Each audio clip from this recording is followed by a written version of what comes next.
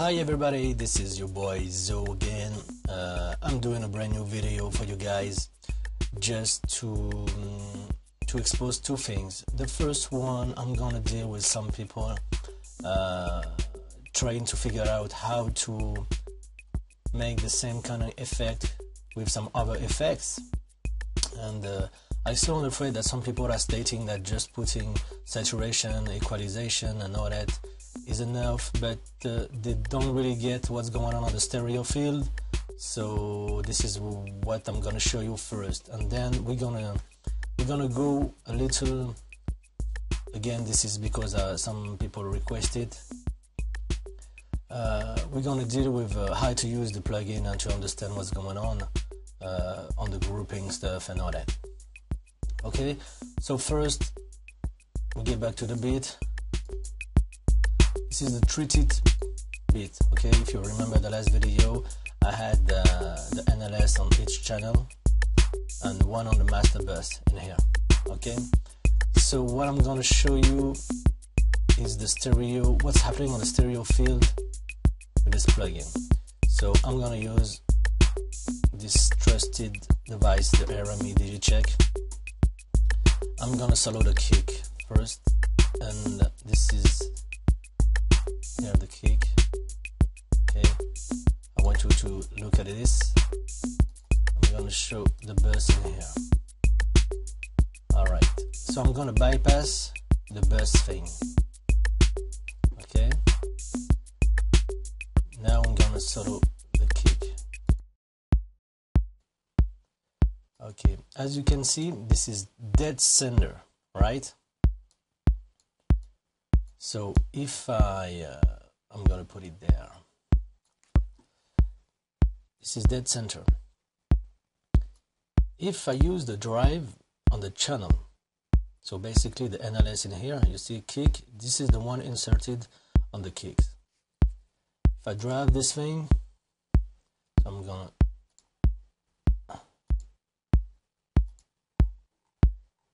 I'm driving like crazy. Nothing happens on the stereo field. Okay, I'm gonna put it independent. I'm gonna drive the mic thing. Same here. Crazy distortion and all, but dead center. Niveau, same thing. Okay, so I'm going back to my regular SSL.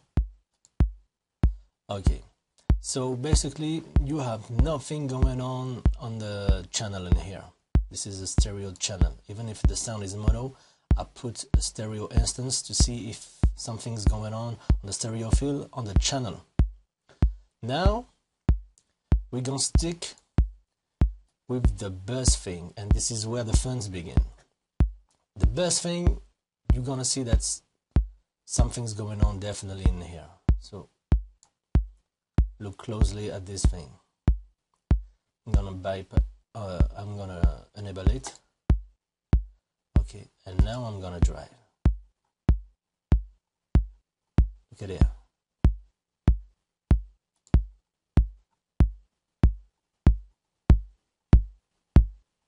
Okay, you see that?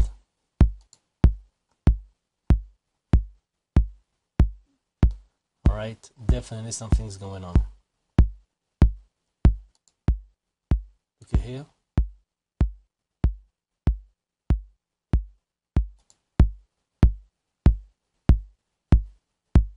Look at that. Okay, this is just with the SSL, which is the cleanest. I'm gonna stick with the Niveau right now. Look at that.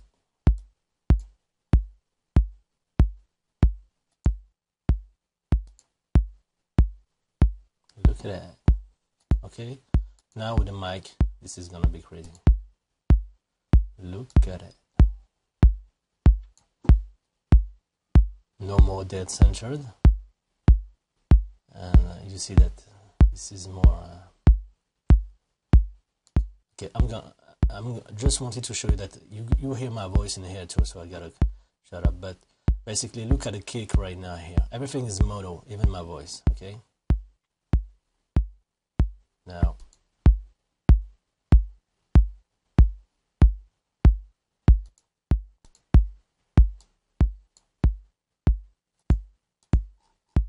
okay.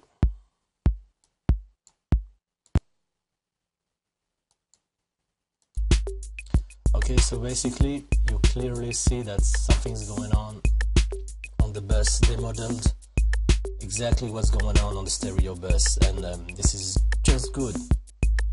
So as you see on the mic stuff, this goes to the right, as I said earlier on my early testing, and this was very noticeable for me. I'm using right now a DT990 biodynamic, and this is by far the best headphones for spatialization, placement of the sound in space. And I noticed from scratch, as soon as I introduced the plugin the first time I used it, that something's going on the stereo field. So I really hope that somebody from Waves will dig in on the thread, on the GSLOS thread, because a lot of people are saying this and saying that, and this is just saturation, this is just, and you clearly see that this is not just saturation, this is not just harmonics, and this is more complex than that. Okay, if it was only harmonics and saturation, the CPU hit would be very, very low. Okay, now I'm gonna go more deeper on the plugin because some people requested it. Okay, so basically you have two type of instance of the plugin. You have the channels and you have the bus instance. Okay, on both you have what we call the VCA tab. This is a global control. Basically this control is the same for all the plugins in here. So what's written in here, it's written in here, etc. Okay, this is a way to control all the plugin with only opening one instance of the plugin, right? And then you have the regular control for the instance up in here. Okay, so what's going on? Let's take for example the, sorry, I forget that as soon as I hit solo I lose my voice. Okay, I just introduced something on a kick right now, a plugin. I'm gonna do it from scratch. Okay, stereo console magic NLS channel. Okay, so what's going on? You have the drive, okay, and you have the group selection in here. By default, when you insert the plugin, it goes to the group 1. That means you can control the plugin parameter just by using the group controller in here. Okay, so I can drive it, and I can drive it independently from the drive that you see here on the group. Okay, this is very important because you have basically two stages of drive: independent drive in here on the plugin and a global drive for the whole group. They can be very useful. Okay, you have an output in here. You can use it like a trim. Basically, when you start driving, you will see a loudness increase on your sound, and so you compensate it with the output. It can be great. You always compare the sound treated and the sound untreated with the same level of loudness, or you're gonna be biased. Okay, you have the mic engaged in here. If you engage it, you have crazy distortion. Okay, I don't really like it. Then you have the noise and the bypass in here, which is grayed out because you actually using the grouping option. If you want to have control on this thing on the individual plugin, you go no more on the group but on the zone instance. Okay, but as soon as you choose a group, the noise and the bypass is a common parameter for the whole group. Okay, so basically what you're gonna do, you insert the channel in here and you choose the emulation and you link it to a group or not. As you see, the emulation is here, is grayed out. Why? Because on the group 1 I chose an emulation. You have Spike, Mic, Niveau. As soon as I choose one in here and I affect a channel instance to this group, it's gonna be one of these instances, unless I choose individual, and this is where the fun begins. If you choose individual, you can group a lot of instances, but each instance can have its own model in here.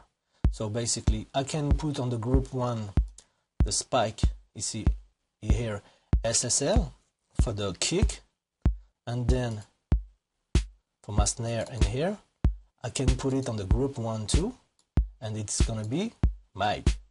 So you see those two instances are routed to the group 1, but they have their own model.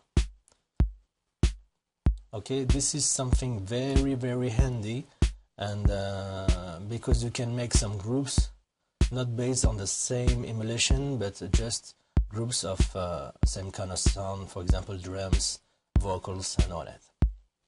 Okay, so basically if for example I close this plugin, I hit the VCA tab, I got control on the whole group 1, so the kick and the snare in here. I can increase the drive. Okay, or decrease it. Okay, I can bypass it.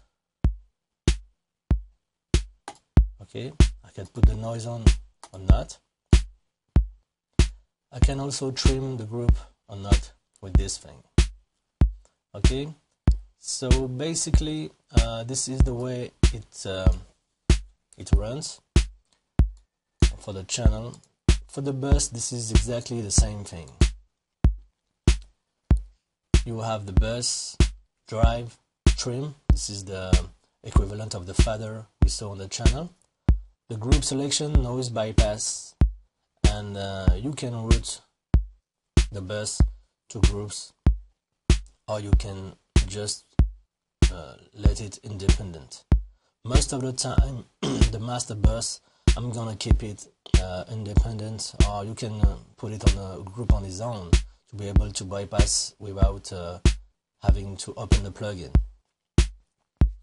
One thing I really would like to be updated is the capacity of renaming the groups in here. It can be great to have drums and vocals, instruments, effects, basses, master.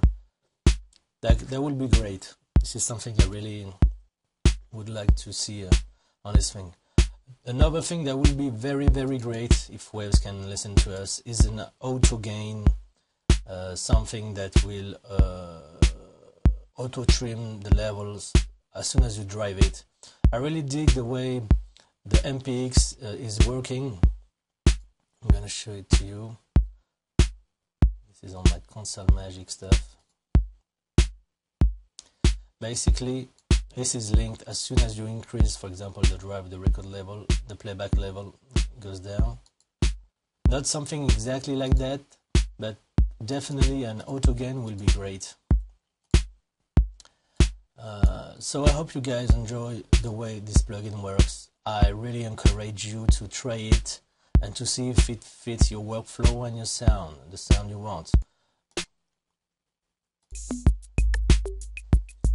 Again, this is not something that I will put on direct concurrency with VCC. They have both strengths and they're both good at one thing, so I really don't see them like something you should have this or this one. You can have both, or you can choose whatever you want. This will be a good choice on both cases.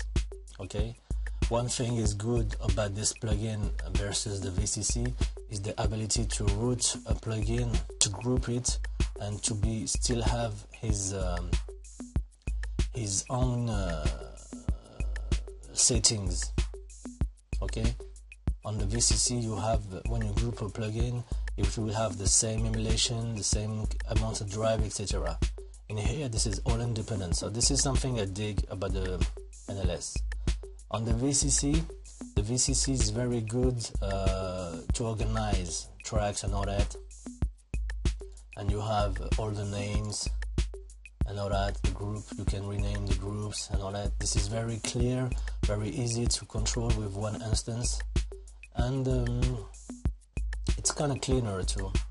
I mean, this is basically, if you're doing a mix and you want to insert the plugins on an already made mix, go definitely Slate Digital. If you're going to start a mix from scratch, you can go both. The effects is less subtle with the NLS, but it can be very transparent too. This is just a question of amount. Okay, so I hope you guys enjoyed this new video. Feel free to ask me if you need some. I will be pleased to do it. I'm off all this week, so I'm chilling with new plugins, new toys. Okay, so I hope you guys enjoy. Take care.